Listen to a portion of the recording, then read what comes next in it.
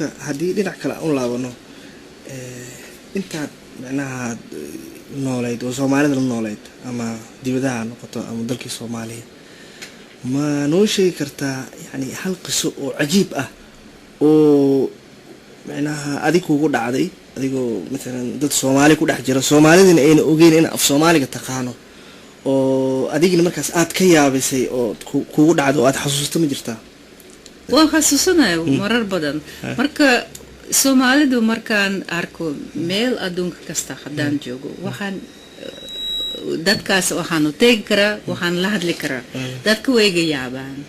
Italian joogay Soomaalidaan radinay sababta Soomaalida markasta way kaalmi jireen marka ayaga iga yaabaan maxay noo raadisay laakiin weligii ima diidin way jeclaan way isagootinay way casuumaan inaan la cuno inaan la joogo taas wax anigana wax way haddaan raaco mise haddaan raacin marka hadda intaan joogo markaan waxbarashaan joogay mar labaad waxaan koray wixii kalin jibista waxaan koray wax shaqo oo ku saabsan waxa way dadkii Turkiga iyo muslimiinta waxaasoo kale marka waxaan maraan soo galay meel oo Soomaalida gabdhaha Soomaaliyeed joogaan marka jidkaan raadiyay waxaan arkay waxa gabdhaha Soomaali fadhiya caruurtoodii intaan raadi ma helin iyagana ku imaaday waxay raadeen mataqaan waa jidkaan tan kale hay adiga af Soomaali ma qoon afkee qoon daay af Soomaali ku hadlaysa iyo marka waxaan bilaabnay in xagee ka timid Soomaali ma joogtay iyo waxaas waxay raadeen adiga af Soomaali ku hadlaysa no imo aan la shaqaysanayna لكن ما ودعن marka taas waa dhacda ilaa iyo hadda ilaa iyo hadda way ku dhacdaa waxay gadaay wax way telefoon soo dirin shaqo marka qof oo telefoonka ila hadlay wuxuu yiri waxaan raadinaynaa wax way Efsan marka af Soomaali aan sheegay Efsan yaad raadinaysa af Soomaali ma taqaan adiga Soomaali ma tihid ما ينداي لكن في الصومال ما كهاد بكرة هو في أنت مركز سؤال بدنا يماد أنا جنا وخوا خد كهما كتيرنا قول دواء يمادني ودباتو بدنا نقبا مركز سوهان داي هدا وبهنتين صدرة ويدين لهذا هو هي وبهنتين ويدين كجوا بينا تصوير سكوت مركز وحيالها فوفرايت كوة سوماليا وين تاعي وحلا هاي فن وحلا هاي ciyaaro xiladahay waxyaalo badan marka ali favorite ahaan website-da Soomaalida ma gashaa oo kale wan akhriya wixii dada laakiin khadana arko wax dil oo dagaal kulul iyo waxaas niyadda haba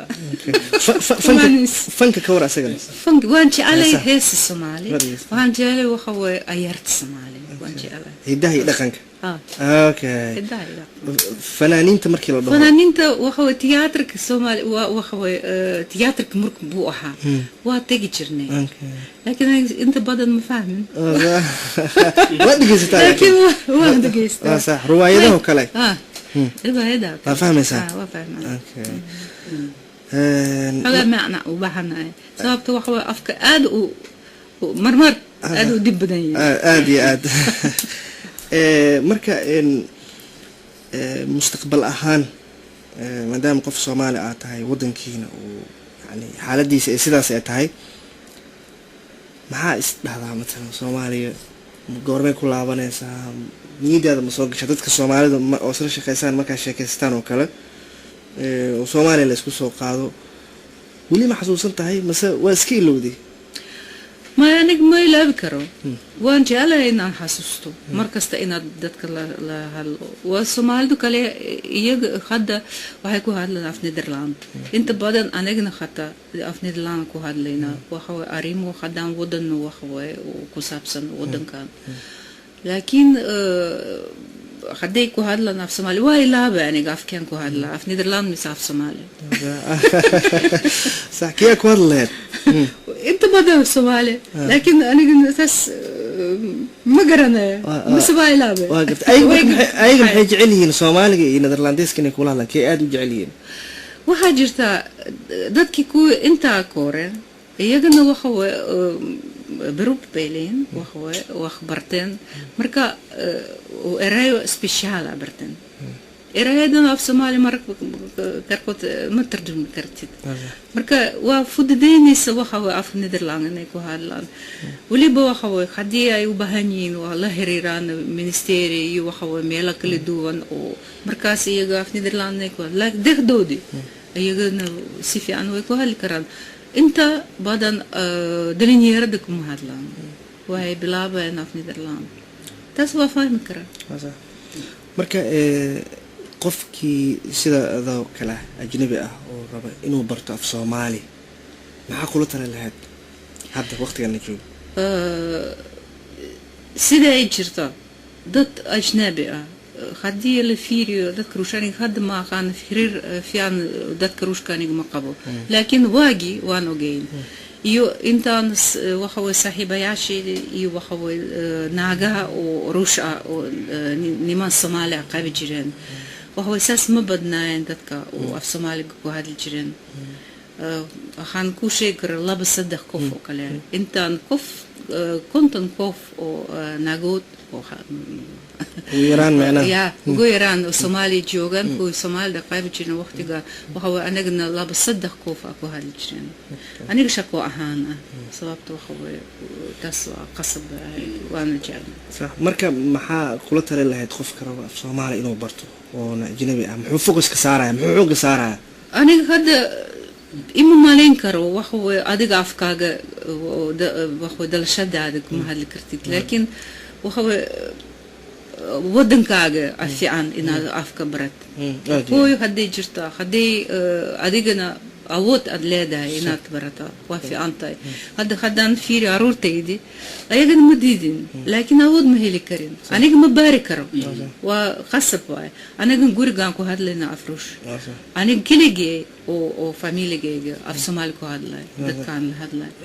marka maxaan ka sugay aruurtaydi laakiin Soomaali haddaan aado mis aruurtaydi haddaan aado ayaga af Soomaali ku hadli doonaan taas waa okay marka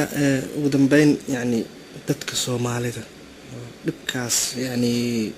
oo dhaxmaray dhaxdooda isdilay dagaalay dhibaato iyo abaaro soo maray haddana yani qurbaha qaxooti ku ah badankood maxaa kula tali lahayd oo aad dhihi lahayd yani Soomaaliye waxaas soo xasuusta maxaad dhihi lahayd si siga dhaafaan waxaan sheegi karaa Soomaali kelima ahad qof kasta waa inaad nolosha si fiican inaad ku noolaataa waxaan maleynaa adiga niyad iyo wax noloshaada maxaad ka sugaysaa ma rabtaa dhibaatada iyo wax ka hoose dadka hoose inaad ku noolaadaa ma rabtid laakiin inaad ku dadaasha xoogaa yar inaad wax samaysid adiga naftarkaaga iyo caruurtaada taas waa meel aad ka helaysid qof ku kalmayna mise adiga naftarkaaga aad ka fikraysaa mise waxa way wax kale aad jira waa inaad raadisaa waa maasantahay ulqa waa adaamada